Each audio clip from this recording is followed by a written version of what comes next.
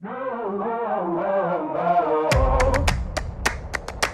this episode of How Business Unwinds, I have a dear friend, Michelle, in the chair. And she is from NuYou Transformational Center. And I've got to know her. We actually had quite a beautiful ongoing conversation on Instagram. And we planned to meet each other and we planned to talk on the phone. But really, we were divinely connected and we were at the same event. And I approached her, I said, "Hey, it's me." And she's like, "Oh my goodness." So we were meant to be connected, and I'm so happy to have her in the chairs. I've recently experienced two incredible events at her Transformation Center, and it's just so nice to have you here unwinding. And I love to talk about business, and I love to interview entrepreneurs, and you do have quite a story. And I do want to ask you, how did you get started in the business that you have? And if you can explain what the business is that you have. So basically, the Transformational Center is a space that I created through my own healing of my past sexual traumas, truly. I mean, I had had a rape when I was a teenager and never told anyone about it. And I went into different relationships in my life with that, and it just kept coming up and it kept causing problems for me, not having boundaries, not having safety. And when I was doing physical therapy and massage, people would always talk about my touch. And so I decided to bring in energy healing to my business that was before, which was lash extensions, because so many women would sit there on my table and for that hour would talk to me about a lot of things and a lot of traumas that, were holding them back and things that they wanted to accomplish in their life. So I thought, well, I would love to start offering energy healing. Intuitively, something told me that we were moving into a trend in the next few years where people are going to want to look at more self-care and alignment with their own higher self. Yes. So NuYou was born. That's incredible. And even just the fact that you were doing lashes and, the women that have gotten their lashes done, that you're just laying there pretty much eyes closed. Yeah. And for you to see that there was another necessity that needed to be filled, not just your lashes being filled, but, energy healing and that holistic approach to the service. I mean, that is so cool. Yeah. So it's so that's how it started. And I mean, the first event I attended at your Transformation Center was, we were a group. So you do groups and you do individual sessions. I had an individual session as well, but what does a typical day look like at your business? A typical day, I see about 3 to 5 clients individually, and then typically we'll have 2 or 3 different events or workshops or classes throughout the day. Sound healing, meditation, life energy activation, different types of movement meditations, which is like an embodiment movement dance kind of class. Right. We've got another new facilitator starting in April that's going to do functional fitness, mat Pilates. So our classes just keep growing. We're excited. That's awesome. And I mean, the classes keep growing and the people keep coming. So you're definitely seeing a need in the community for these types of workshops and gatherings. Yes. Right? Yeah. Yeah, definitely. I'm seeing, and I think that more and more meditation studios, people who are really focused on self-care. I love what you're doing and getting the information that people can do a lot of this stuff at home. For me, meditation is a beauty routine. It lengthens the telomeres on our cells. So if you just meditate for 15 to 20 minutes a day, you're naturally lengthening the telomeres on your cells. So you're naturally anti-aging from the inside out.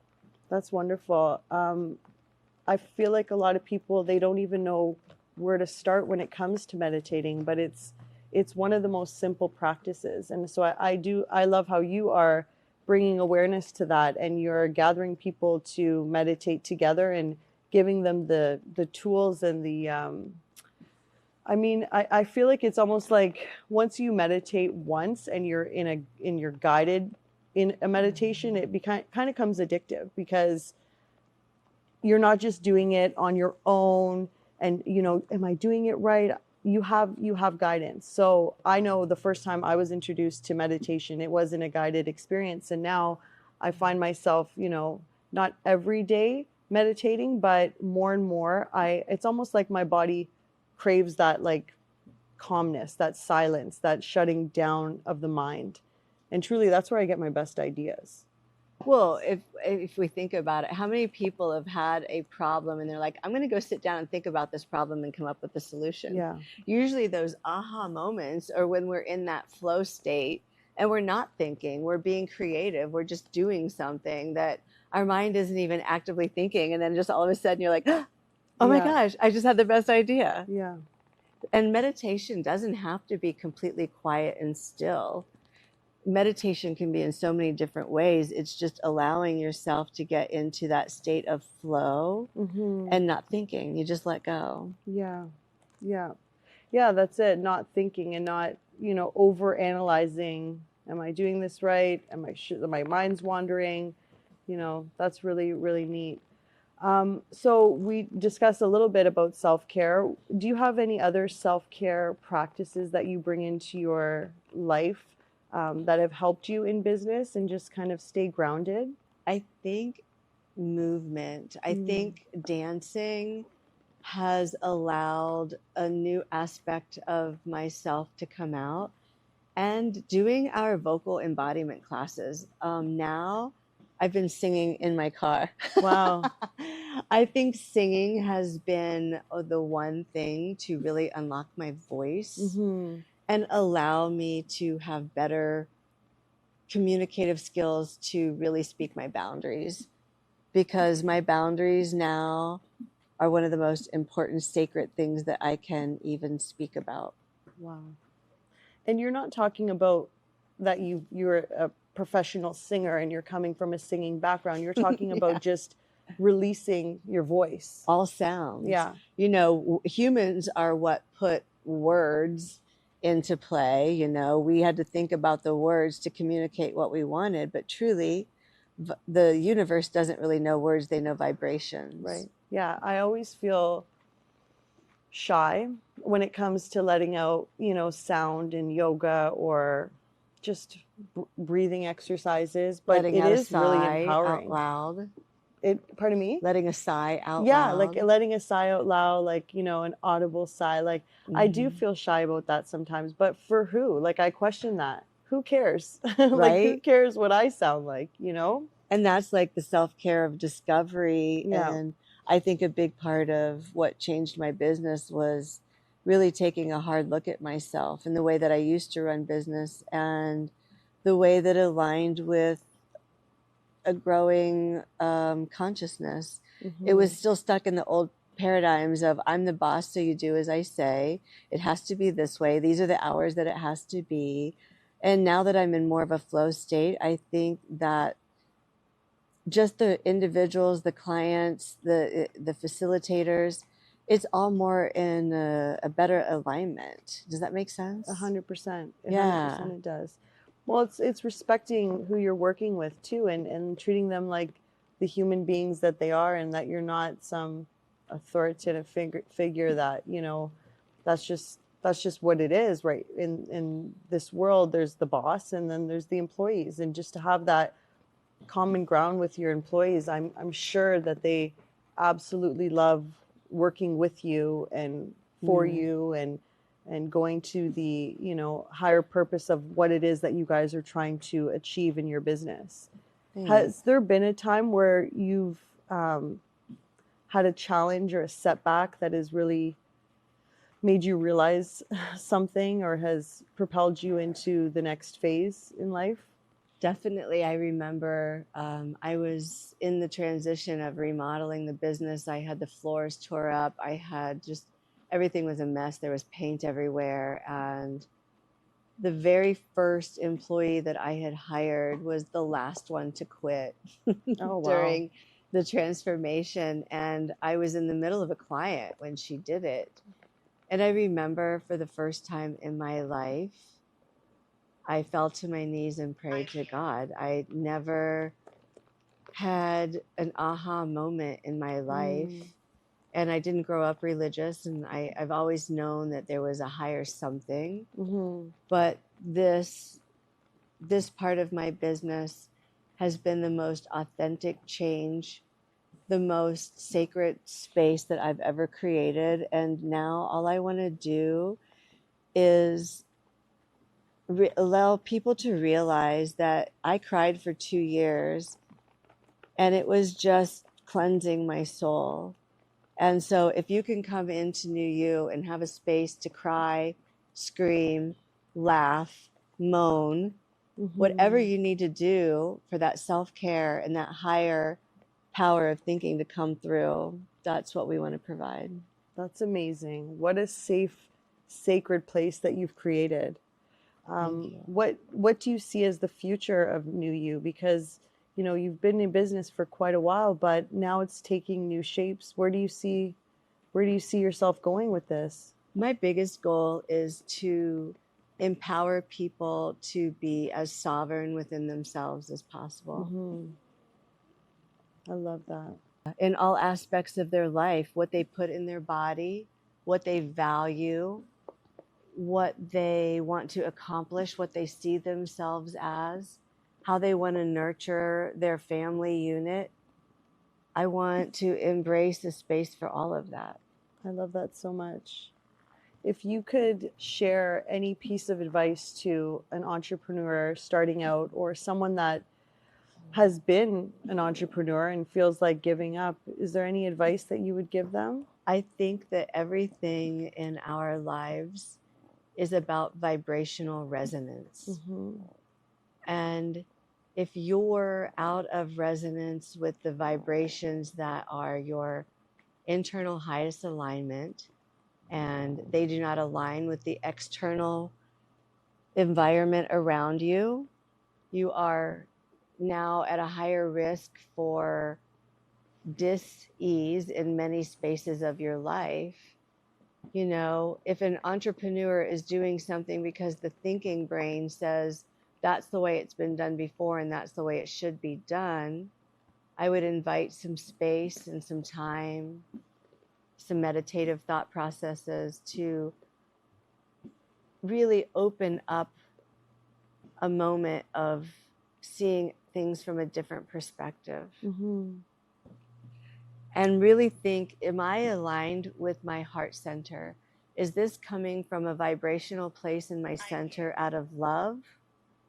Or is this coming from a place of greed and need or fear? Because when it comes from a place of love, it vibrates at the universal consciousness, and it's bound to happen. How do you know when you're out of resonance? Like, for someone listening to this and they hear what you're saying and they understand, but how would they know if they're not in alignment? Like, what is a telltale sign? Do you have aggression on the road? Do you go to the grocery store and get angered because the person in front of you in the checkout line isn't doing exactly quick enough or at the pace that you see them doing at? Are you having issues with your partner because they don't see you or hear you? Do you fight with your children? I mean, are you allowing enough space in your life and emptying out your cups enough that when other emotions come into your field to start filling up their cups, is there space enough for it? And what do you mean by emptying your cups? Every emotion has a space in your body. And let's just say it looks like a cup. So if the emotion is sadness and you haven't allowed yourself to cry and your sadness cup is full, what happens when more sadness comes into your life? It's going to overflow your cup.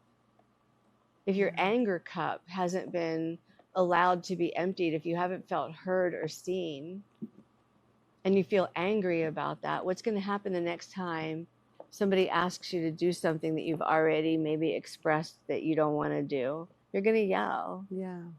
because you don't feel heard and seen, and your cup of angerness is overflowing. There's no space in your life.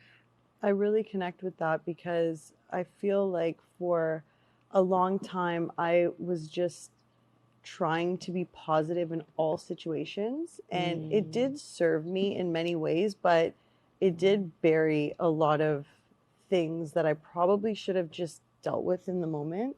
Yeah. So now I'm just trying to do a better job of feeling all the feels. And I was just speaking to my friend about this today.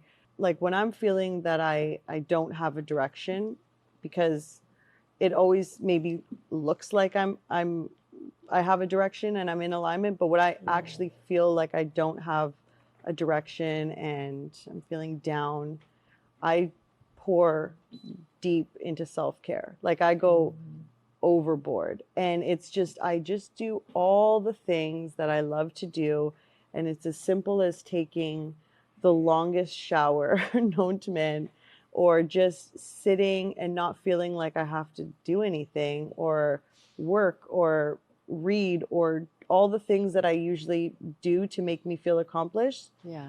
Just sitting and, getting a foot massage maybe, because we have these incredible foot massage domes that I keep by my couch. But I just pour so hard into self-care when I'm feeling lost, and it always makes me find my way back. Sounds like you get in a flow state when you're doing your self-care. Yeah, Yeah. I really do. I really do. It's a meditative practice for you. It's beautiful. It is so wonderful. And you can sit in one of these amazing chairs too. Yeah, I honestly, I have one in my office, and it's great because that's the other thing too. I don't really sit at my desk too much when I have to just return phone calls or emails. I just sit in the chair, and I just feel I love stacking my self-care. So I like, if I have to fold laundry, I like to wear an LED mask, and I don't know what maybe that's just the doer in me that always likes to have things Get things accomplished. But I'm not losing from doing that. That's for sure. I always feel better folding a pile of laundry and getting an LED light face treatment, So, okay. So Michelle, I guess the final thing I just wanted to ask you is, when you have employees and when people are coming into your space, what is the number one thing that you do to kind of create a culture? And I know every person is different and people are going to walk in with different moods and attitudes, but what is the one thing that you do to just set the tone of the way your business is to be run? Without, I know, going back to that authoritative figure, like there is a vibe. How do you project that? Let's call it that. I really want people to feel valued and that their ideas are absolutely amazing, and I want them to feel like we're co-creating a space together. I love that. Yeah. I love that so much. And you know what? It's funny because when I had the group session, everyone that was there, I felt like everyone was a part of it. I know that, the wonderful woman was leading the cacao ceremony, but I truly felt like everyone was sharing and a part of that experience. So that's kind of why I wanted to ask you that, because I felt that in that moment. That was my first time really meeting you and experiencing what you do. So that was just a beautiful energy, and I wish to embody that too. So thank you. Well, like we're all creators. That's what we are. If we're made in the image of God, then we are a creator. Yeah. And we want to create. Yeah. And everybody wants to be seen and heard for their creations. And they want to see it thrive and grow. That's so beautiful. Yeah. Thank you so much for taking the time today and coming to unwind with me and chat with me. And I hope we could do this again. Thanks, Michelle. Thank you.